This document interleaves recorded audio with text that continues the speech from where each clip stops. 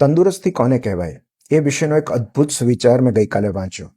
પદ્મ વિભૂષણ વિજેતા કાર્ડિયોલોજિસ્ટ અને લેખક ડૉક્ટર BM હેગડે કહે છે, જો તમે ખડખડાટ હસી શકો છો, ઘસઘસાટ ઊંઘી શકો છો અને લોકોને પ્રેમ કરી શકો છો તો તમે સ્વસ્થ છો.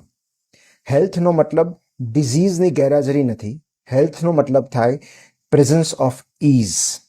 જો રોજ સવારે ઉઠીને પેટ સાફ આવતું હોય, કકડીને ભૂખ લાગતી હોય, પાણી પીવાની ઈચ્છા થાય, સરસ ઊંઘ આવી જાય અને કોઈનું અહિત કરવાની કે વિચારવાની ઈચ્છા ન થાય તો તમે સ્વસ્થ છો.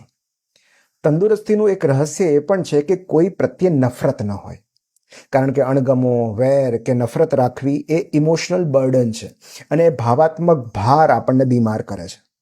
કામ કરવા અને કરુણા દાખવવાનો ઉત્સાહ જળવાઈ રહે એ આરોગ્ય છે. શારીરિક મેદસ્વીતા કરતાં માનસિક મેદસ્વીતા વધુ જોખમી છે. જાત, જગત અને જીવન સાથે જેઓ એટ ઇઝ અને એટ પીસ હોય છે તેઓ હેલ્ધી છે એવું કહી શકાય.